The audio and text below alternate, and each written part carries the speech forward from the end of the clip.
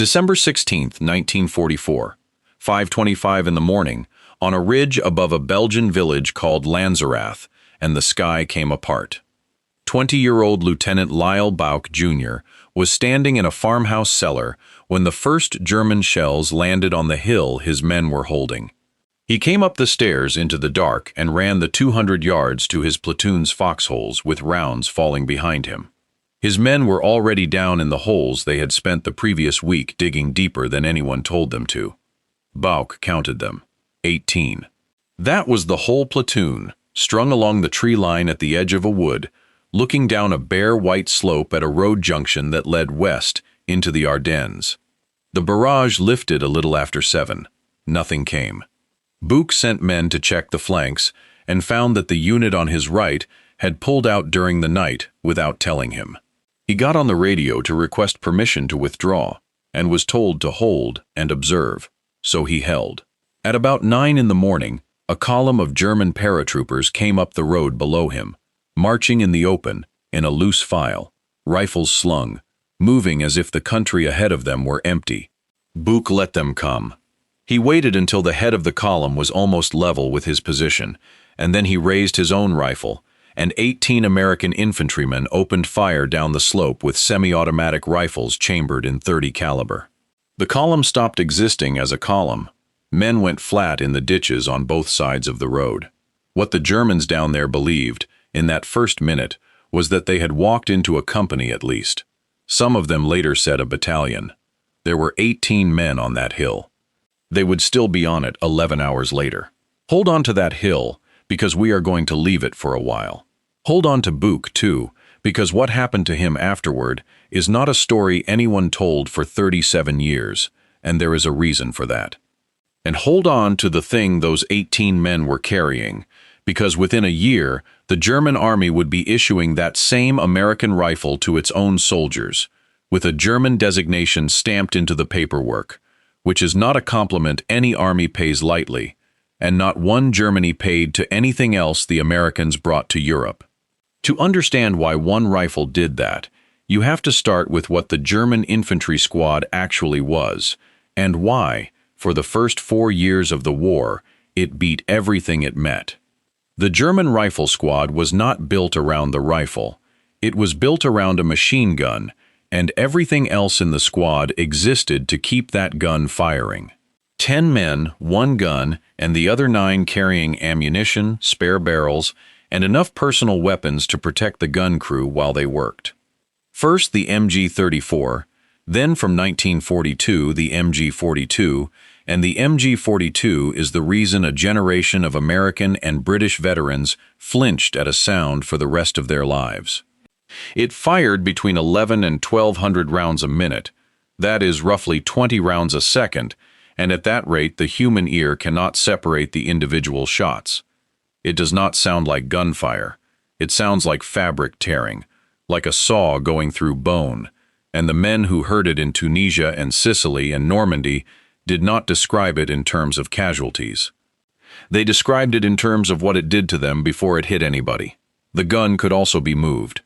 A trained crew changed a barrel in seconds using an asbestos mitt and a side hatch, which meant the gun could sustain fire that would have destroyed any other weapon in that weight class. 2 men could carry it. It could be fired from a bipod in an assault or off a tripod in defense with an optical sight, and in defense, on a reverse slope, sighted to fire along a hedgerow rather than at it, it could shut down an attack by an entire company. The material effect was bad enough. The psychological effect was worse, and the United States Army knew it. In 1943, the War Department produced training material for troops heading to Europe with one specific purpose: to convince American infantrymen that the noise of the MG-42 was not as lethal as it sounded, that its high rate of fire wasted ammunition, that men had survived it and gotten up and kept moving. Armies do not make films to argue with a weapon's reputation unless the reputation is winning. Against that gun, the American infantryman of 1942 brought a doctrine that had been written for a different war, and the first time he brought it to Europe, it got him killed in numbers that reached Washington within the week. At Kasserine Pass in February of 1943, the United States Army met the German Army properly for the first time and was taken apart. Some of that was armor, some of it was command, some of it was that green troops were holding positions their commanders had chosen off maps. But down at the level of the individual squad, something else was happening. American infantry were being pinned by a single machine gun and then worked over at leisure by mortars, because the standard answer to a machine gun in the American manual was to fix it with fire and maneuver an element around its flank. And fixing it with fire required more fire than the squad could actually produce. The partial answers were all in the inventory already, and all of them were incomplete. There was the Browning automatic rifle, 1 per squad, 20 rounds in a magazine, and a good weapon in the hands of a man strong enough to carry it. But it weighed close to 20 pounds loaded. It had no quick-change barrel, and when the man carrying it went down, the squad's automatic fire went down with him. There was the M1903 Springfield, a bolt-action rifle of superb accuracy that was still in the hands of a great many American soldiers well into 1943, including the Marines, who fought on Guadalcanal. There was the M1 carbine, light and handy and popular with officers and drivers, firing a cartridge that was closer to a pistol round than a rifle round, and that men in the Ardennes would complain did not reliably stop a man wearing winter clothing. And there was the Browning water-cooled machine gun, which was excellent and heavy and belonged to the weapons platoon, not to the squad in the ditch. Every one of these was an attempt to solve the problem by adding a specialist, one man with the big gun, one man with the scope.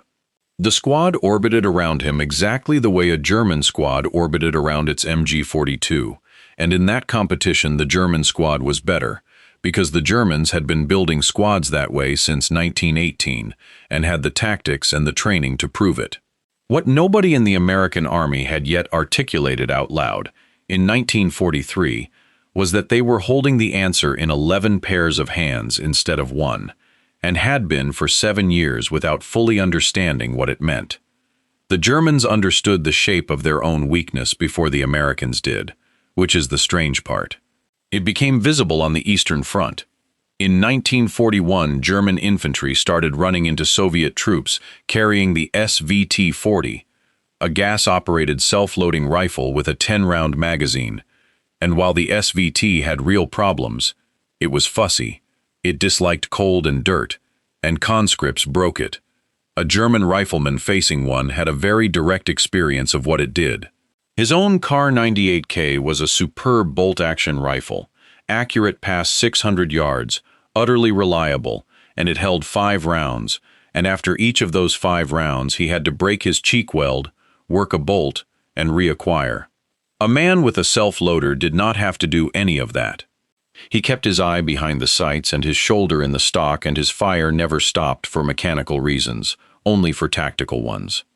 German ordnance reacted, and reacted fast, and produced 2 rifles that did not work. That failure is the hinge of this entire story, and it came down to a single institutional decision made years earlier by men who were not wrong about anything except the thing that mattered. Here is the weakness, stated plainly. Germany had decided, as a matter of policy, that no service rifle would have a hole drilled in its barrel. That sounds like a footnote. It was not. Every practical self-loading rifle works by stealing a small amount of the expanding gas that follows the bullet down the barrel and using it to do the mechanical work a man would otherwise do with his hand. Unlock, extract, eject, cock, feed, lock. To steal that gas, you drill a port through the barrel wall. The German Army Weapons Office had ruled that a drilled barrel was a durability risk and a fouling risk, and had additionally required that the rifle have no moving parts on its external surface.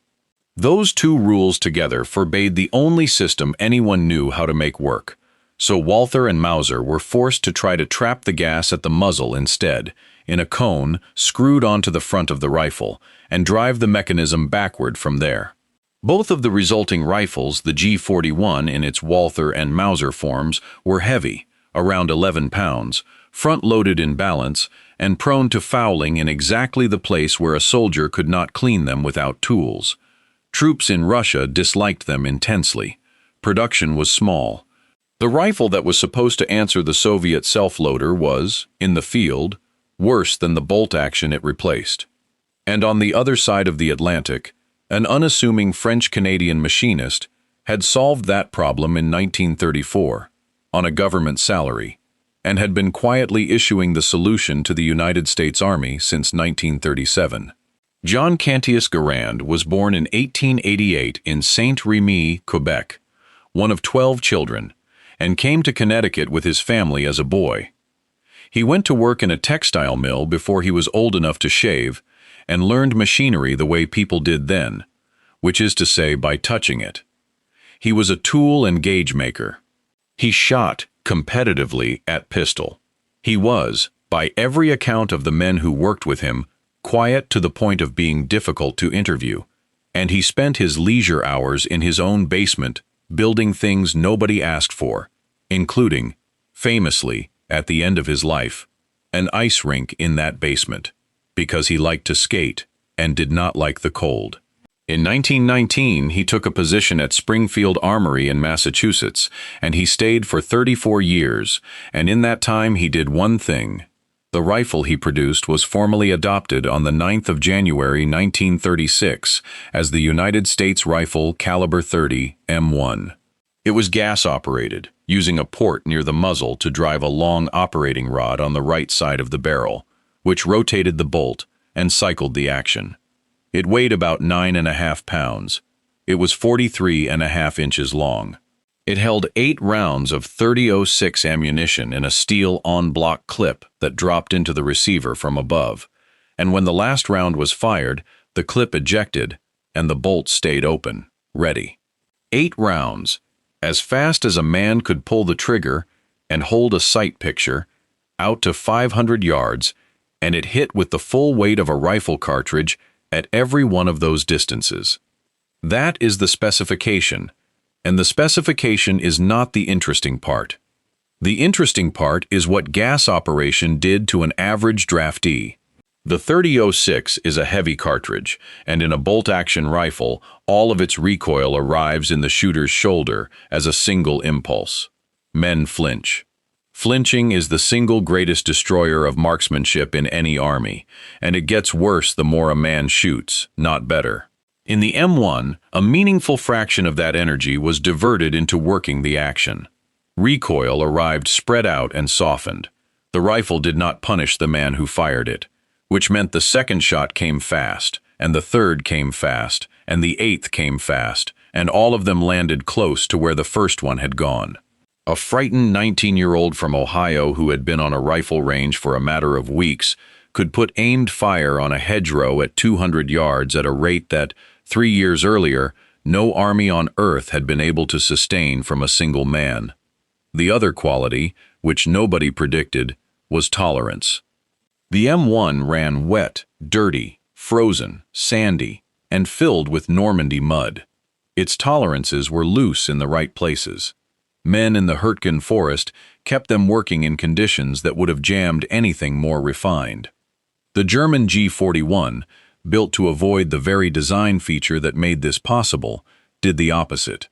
By 1944, the men who carried the M1 had arrived at a belief about it that was close to superstition, and it showed up in the way they talked to replacements. Keep it clean if you can, but it will not quit on you either way. In June of 1945, George Patton wrote to the Ordnance Department and called it the greatest battle implement ever devised. He was not a man given to endorsements of equipment. He had watched what it did to a German squad. Because here, finally, is the mechanism, the thing this rifle did that the German army could not answer, and could not have answered even with 2 more years. It moved the firepower out of the crew-served weapon and gave a share of it to every single man. That sentence sounds administrative. On the ground it meant this. A German squad in a defensive position had 1 point of decisive violence, the MG42, and 8 or 9 men supporting it. An American squad had 12 points of violence, and the automatic rifle was an addition rather than the foundation. When a German machine gunner was killed, his squad's output fell off a cliff, because what remained was bolt-action rifles firing 5 rounds and then stopping to work the bolt. When an American BAR man was killed, the squad's output dropped by perhaps a fifth. Everyone else kept shooting at the same rate they had been shooting a second earlier. That asymmetry decided the fight the Americans were worst at and needed most: the meeting engagement. The unplanned collision in a hedgerow, on a forest track, at a crossroads in the fog, where 2 units walked into each other and had between 4 and 15 seconds to establish which of them owned the next minute. In those seconds, no machine gun has been set up. No tripod, no ranging, no assistant gunner with the belt. It is rifles only. And in those seconds, the American squad put out something on the order of 3 to 5 times the volume of aimed fire, and the Germans on the receiving end consistently reported having been engaged by a force 2 or 3 times the size of the one actually in front of them. That misidentification was not an error of nerve. It was arithmetic. They were counting shots and dividing by 5. The discipline that this demanded was harder than it sounds, and it was where the American army initially failed. A rifle that fires as fast as you can pull the trigger invites a frightened man to empty it into a hedge in 4 seconds, and then stand there, holding an empty rifle with the bolt locked open. Squad leaders and sergeants spent 1943 and much of 1944 beating fire discipline into replacements: aimed shots, controlled rate, count your rounds, know what you have left. Talk to men who fought with it, and the thing they emphasize is not the speed. It is the restraint the speed required. The principle underneath all of it is one line, and it is the line the 20th century eventually accepted from every army in the world. Firepower distributed is worth more than firepower concentrated, if you can afford to distribute it. Germany could not afford to distribute it, and the reasons why were structural rather than stupid. The Kar 98K was cheap. It was already in production in enormous numbers, and the entire training and logistics system was built around it. Retooling to a self-loader meant disrupting the one thing keeping infantry divisions supplied. Ammunition consumption would rise sharply at a moment when Germany was losing access to raw materials. And the doctrine itself argued against the change. If the machine gun is the squad, then upgrading the riflemen is spending scarce industrial capacity on the least important men in the formation. Every one of those arguments was internally sound. Together, they added up to a trap. The qualities that had made the German infantry squad the best in the world in 1940, the machine gun at its center, the ruthless economy of everything around it, the doctrine refined over 20 years, were precisely the qualities that made it impossible to adapt when the nature of infantry combat changed underneath it. There was a second trap, and it was worse. The German system depended on the quality of the individual soldier and the squad leader to a degree the American system did not. Those men were being consumed in Russia at a rate no training establishment could match. By 1944, the German squad still had its machine gun, but the 10 men around it were increasingly 16-year-olds, 50-year-olds, and recovering wounded. The American replacement, meanwhile, was a mediocre soldier holding a rifle that made mediocrity considerably less relevant. Which brings us back to a hill above a Belgian village, and to the 20-year-old holding it, and to how he got there. Lyle Book Jr. was from St. Louis, Missouri, and he joined the National Guard at 14 years old by lying about his age. Nobody checked. By the time the war reached him, he had years of service behind him and had not yet had a legal drink. He was commissioned young, and in the 99th Infantry Division he ended up doing something unusual for a man his age, running the intelligence and reconnaissance platoon of the 394th Infantry Regiment. The I&R platoon was a small unit whose job was to go out ahead of the regiment, look at things, and come back. It was not supposed to fight, it was supposed to see. The man who built it was Major Robert Kriz, the regiment's intelligence officer, and Kriz did something that later mattered a great deal. He selected for it and then trained it far beyond what its role required. He picked men who were bright rather than merely willing. He put them through scouting, patrolling, demolitions, and marksmanship at a standard the rest of the regiment did not see. He gave them more automatic weapons than a platoon of that size was entitled to. And when the 99th Division arrived in the Ardennes in November of 1944 and was parked in what everyone at every level of command agreed was the quietest sector on the Western Front, Kriz's platoon kept training, while the rest of the line settled in to be cold. Buch himself was not a spectacular figure. He was small, careful, and unusually attentive to detail. He wrote things down. When his platoon was given a position on a wooded rise above Lanzerath in early December, he had his men dig foxholes with overhead cover, logs and earth, which took days of miserable work in frozen ground and which every one of them complained about. He also had them sight the holes to fire along the slope rather than straight down it, and he cut fields of fire, and he registered the ground. There is a photograph in the record of that platoon before the battle, 20-odd young men in field jackets, and the striking thing about it is how ordinary they look. One of them, William James Soconicus, everyone called Sock, was 19. Another kept a diary. They talked about girls and about how quiet it was. What they had, functionally, was 18 men, a 50 caliber machine gun, a handful of BARs, and 17 or 18 M1 rifles on a hill above a road. The proof that this arrangement worked had arrived 6 months earlier, in Normandy, and it had cost the American Army a battalion to demonstrate. On the 11th of June, 1944, Lieutenant Colonel Robert Cole's 3rd Battalion of the 502nd Parachute Infantry Regiment was strung out along a raised causeway south of Carrington, taking fire from German paratroopers of the 6th Fallschirmjäger Regiment dug in around a farmhouse across open ground. The causeway had a nickname by then. The men called it Purple Heart Lane. Cole's battalion had come onto it at something over 700 men. It had been pinned there for hours, and the mortars had the range. Cole made a decision that had no precedent in that campaign. He ordered a bayonet charge across 400 yards of open field into machine gun fire, and he went first with a pistol. Of the several hundred men in a position to hear the order, something like a fifth actually got up and went. That is not a criticism of the rest. The order had to be relayed by shouting through smoke, and most of them never heard it.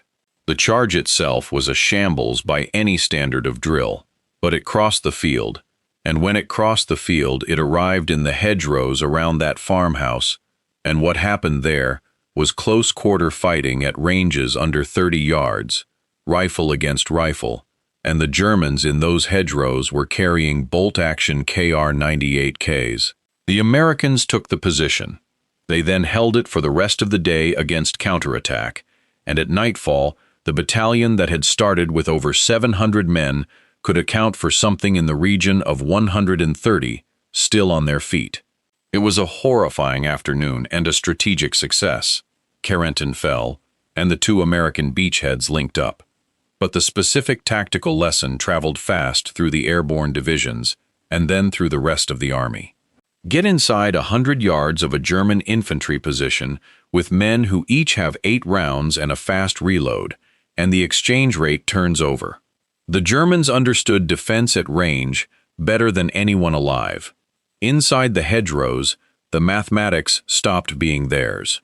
I want to stop for one moment and say something plainly, because it is relevant to what comes next.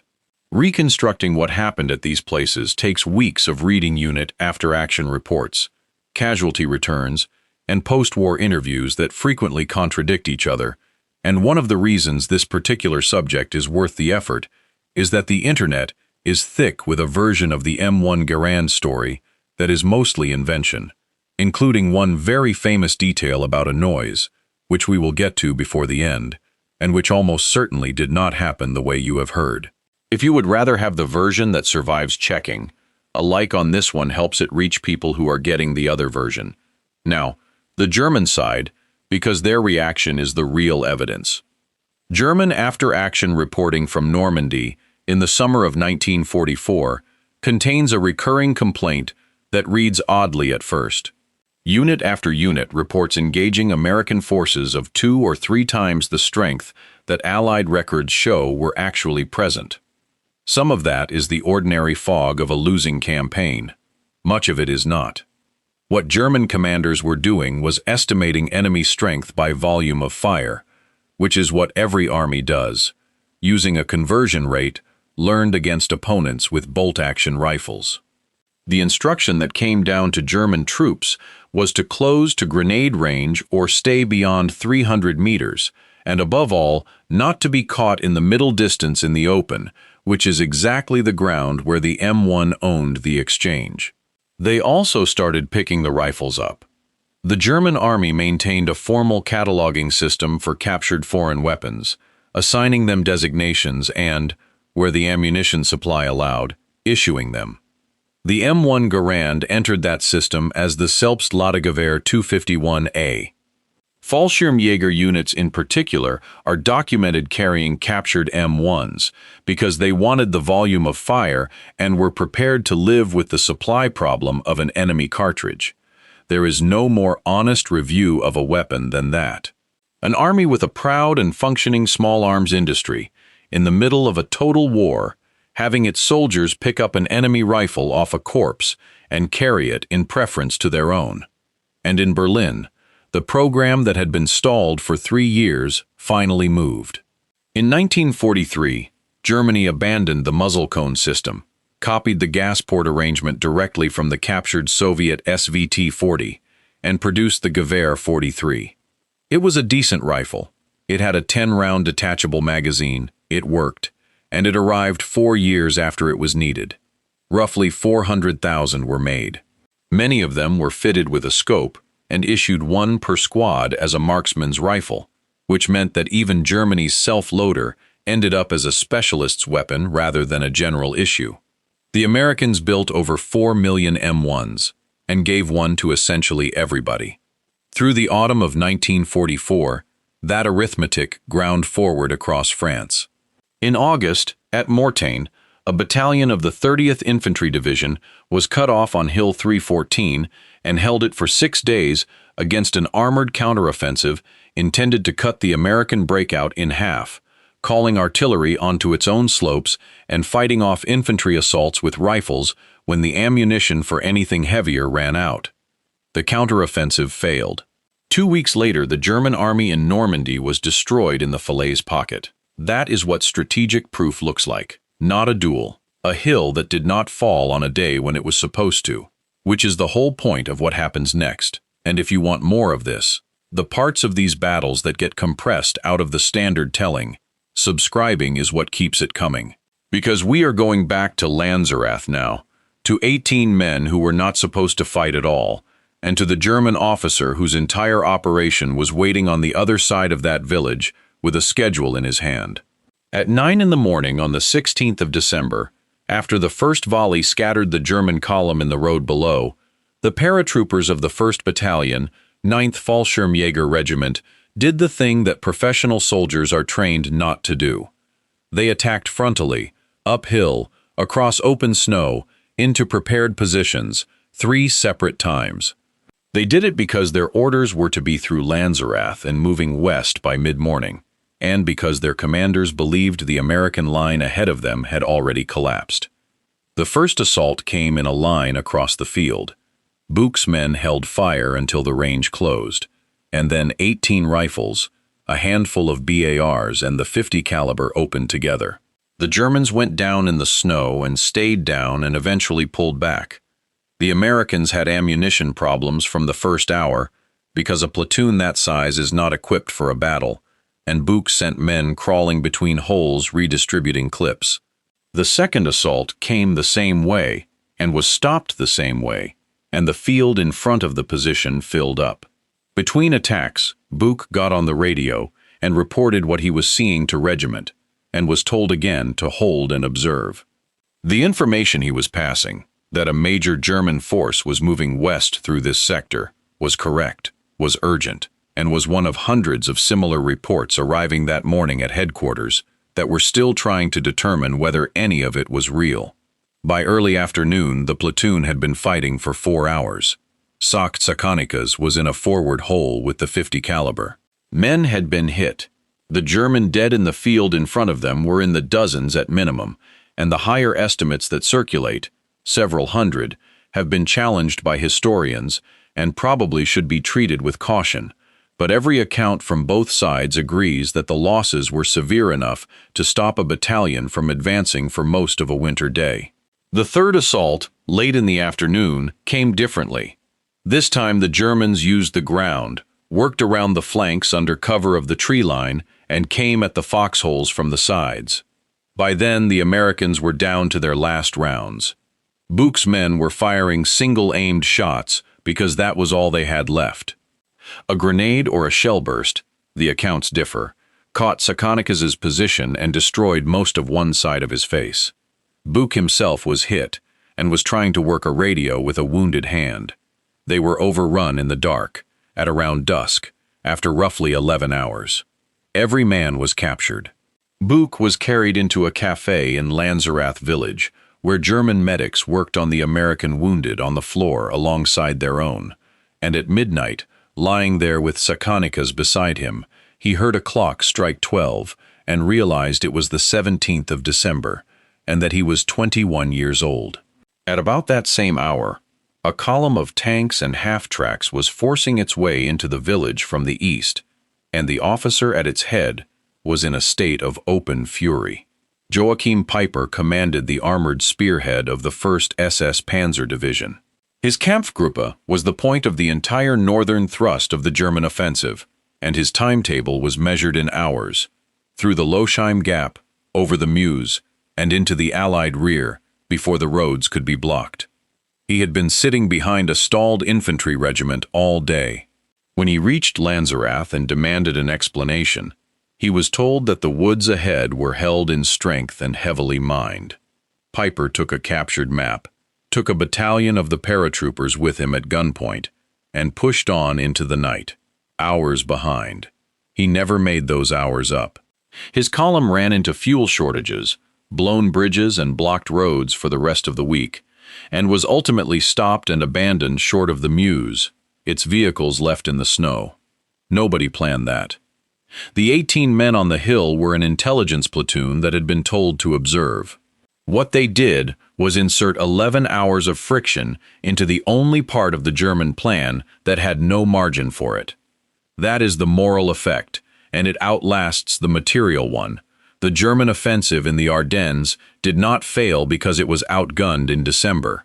It failed because in a dozen villages nobody had heard of, small numbers of American infantry who should have run were able to generate enough fire to make a German commander believe he was facing something much larger than he was, and to stop and think about it. Thinking about it cost him the road.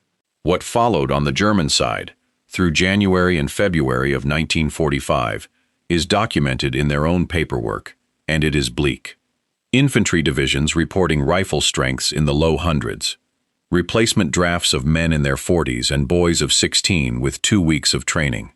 Officers writing that their units could no longer be expected to hold against American infantry attacks without armor support, which did not exist, or artillery ammunition, which was rationed by the shell.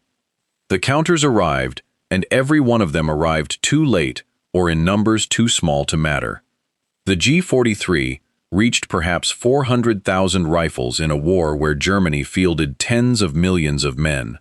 The G-44, the assault rifle, the weapon that was genuinely a generation ahead of the M1 and that every modern infantry rifle descends from conceptually, reached something over 400,000 as well, arrived in bulk only in 1944, went largely to the Eastern Front, and was hamstrung by a new cartridge that a collapsing rail network could not distribute. Germany invented the future of infantry weapons and then could not put it in enough hands to change a single campaign. That is the shape of the whole thing. Not that Germany failed to think of it, that the Americans had made their decision in 1936 and had spent 8 years building the factories, the ammunition plants, the ranges, and the training pipeline behind it, so that when the moment came, the answer was already in 4 million pairs of hands. Lyle Bauch spent the rest of the war as a prisoner. He was moved east, through a succession of camps and ended up in Stalag 9B at Bad Orb, which was among the worst of them: starvation rations, dysentery, and cold. He came home at the end of the war weighing considerably less than he had when he left. He was awarded the Distinguished Service Cross, and then, for a long time, nothing else happened. The problem was paperwork. The platoon's records had been captured or destroyed with the position. The regiment they belonged to had been shattered in the same week. Every man who could testify to what had happened on that hill had spent the following months in German prison camps rather than writing reports. The Army's official history of the Ardennes did not know the engagement had taken place in the form it took. For 37 years, the fight at Lanzerath was, officially, a footnote about a platoon that had been overrun on the first morning. It was reconstructed slowly in the 1970s and early 80s, mostly by veterans of the platoon and a few historians willing to go through German records to establish what had been in front of them.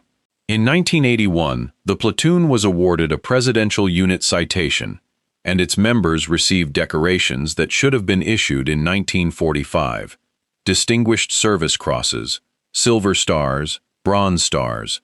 The most decorated platoon of the war, honored a generation after every one of them had gone home, raised families, and stopped talking about it. Buch became a chiropractor in Missouri. He lived into his 90s. William Sakonikas lived too, which nobody in that cafe expected.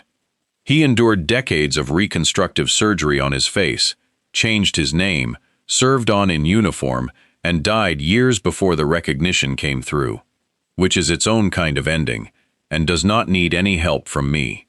And Robert Cole, who had led the bayonet charge at Carrington, never learned that he had been awarded the Medal of Honor for it. On the 18th of September 1944, near Best in the Netherlands, during Operation Market Garden, he was directing recognition panels for supporting fighter bombers and raised his head to look at the aircraft. A sniper shot him through the temple. An officer who had spent 2 years telling men to stay down was killed by 3 seconds of standing up. The medal was presented to his mother. None of these men were the system, and it would be a distortion to leave the story with them.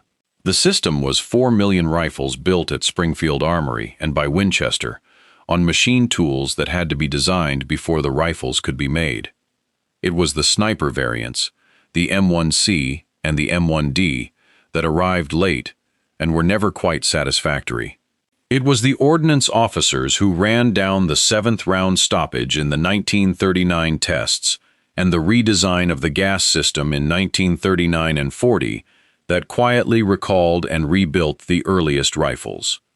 It was the armorers in every regiment who kept them running through winter. It was the men who put 8 rounds into a hedgerow at 300 yards, hit nothing, and made a German platoon lie down for 90 seconds, which was long enough for someone else to flank it, and who are in no book anywhere. The dates, in order. January 1936, the M1 is adopted. 1939 and 40, the gas system is redesigned and early rifles are rebuilt. 1941, German troops meet the Soviet SVT-40, and German ordnance begins looking for an answer it is not permitted to build. February 1943, Kasserine, and the American Army learns what it is actually facing. June 1944, Carrington, and the exchange rate inside 100 yards. 1943 to 44, the G-43 and the Set G-44 arrive, too few and too late. December 16th, 1944, Lanzerath. 4 things produced that outcome, in order of importance. First, the machine. A gas-operated self-loader in a full-power cartridge, tolerant of filth, gentle enough in recoil that an average conscript could shoot it well, reliable enough that men stopped thinking about it. No other army fielded one in general issue in that war. Second, the doctrine. Firepower distributed to every rifleman instead of concentrated in one gun crew, which made the American squad's output resilient to casualties and made it dominant in exactly the unplanned close-range meeting engagements that dominated the hedgerow and forest fighting of 1944. Third, The scale: 4 million rifles against 400,000 German self-loaders. This is the factor that turns a good design into a strategic fact, and it was decided in machine shops years before anyone fired a shot. Fourth, the system behind it. Ammunition in quantity, ranges to train on, a replacement pipeline that could take a civilian and make him adequate in weeks because the rifle forgave his inadequacy, and an artillery arm integrated with the infantry to a degree the Germans never matched. The arithmetic at the end is simple. Germany produced under 1 million self-loading rifles of all types across the entire war and could not get them to the men who needed them. The United States produced over 4 million of one type and issued it to essentially every rifleman in every theater. A German squad's firepower fell by roughly half when one man died. An American squad's fell by a 1/12. Now the part where the legend has to be corrected, because it will not survive contact with the record. The famous story is the ping, the ring of the empty en-bloc clip ejecting, supposedly audible to German soldiers, who would then rush the American in the 2 seconds before he could reload. Some versions add that GIs threw empty clips to bait the enemy into standing up. There is essentially no contemporary documentary support for either. Veterans asked about it directly have generally been dismissive. In a firefight, with rifles and machine guns and mortars going, nobody hears a small piece of steel land in the mud. And in any squad there were 11 other men still firing. It is a good story that appears to have grown mostly after the war. And the larger correction is this. If you go to the German veterans' interviews and ask what they feared most about the American army, the overwhelming answer is not any rifle.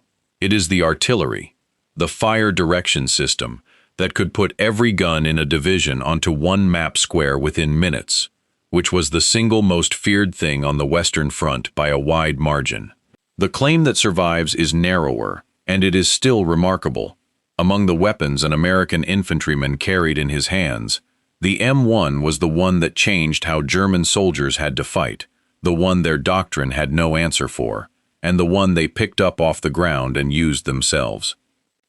John Garand never made a dollar from it. He was a federal employee, and the patents belonged to the government. A bill was introduced in Congress to award him $100,000 in recognition. It did not pass. He was given a meritorious civilian service award, and then in 1944 the Medal for Merit, and he went back to work at the armory, and stayed until 1953, and lived quietly in Springfield until his death in 1974. His rifle went to Korea and fought a second war. Its direct descendant, the M14, carried the same operating rod and the same basic gas system into the 1960s. Springfield Armory itself closed in 1968, and the surviving rifles were warehoused, and today they are sold to American civilians through a federal program, which means that a substantial number of the rifles that were on those hills are in private hands, still functioning 70 and 80 years on. The wreckage of the fight above Lanzerath is still findable in the tree line. The foxholes Buch's men were made to dig deeper than anyone wanted are still visible as depressions in the ground, filled with leaves, on a wooded rise above a quiet village where a farm road runs west. And the idea outlived every one of them. No modern army equips its infantry the way Germany did in 1940. There is no squad in the world today built around a single crew-served weapon with riflemen carrying ammunition for it. Every soldier gets a self-loader. That argument was settled between 1936 and 1945 by a machinist from Quebec who never took a royalty, and by the men who found out on a slope in Belgium what 18 of those rifles could do to a schedule. Firepower in one pair of hands is a weapon. Firepower in every pair of hands is an army. If that is the kind of history you want, the version where somebody actually checks whether the ping story is true, and where an 11-hour fight that changed a German timetable gets more than a footnote, then subscribe and turn the notifications on, because that is the standard here and it takes time to meet. A like helps. And I would like to know what you think in the comments about one thing specifically. Buch was ordered twice to hold and observe when he could see an army coming through his sector. If you had been 20 years old on that hill with 18 men, would you have followed that order?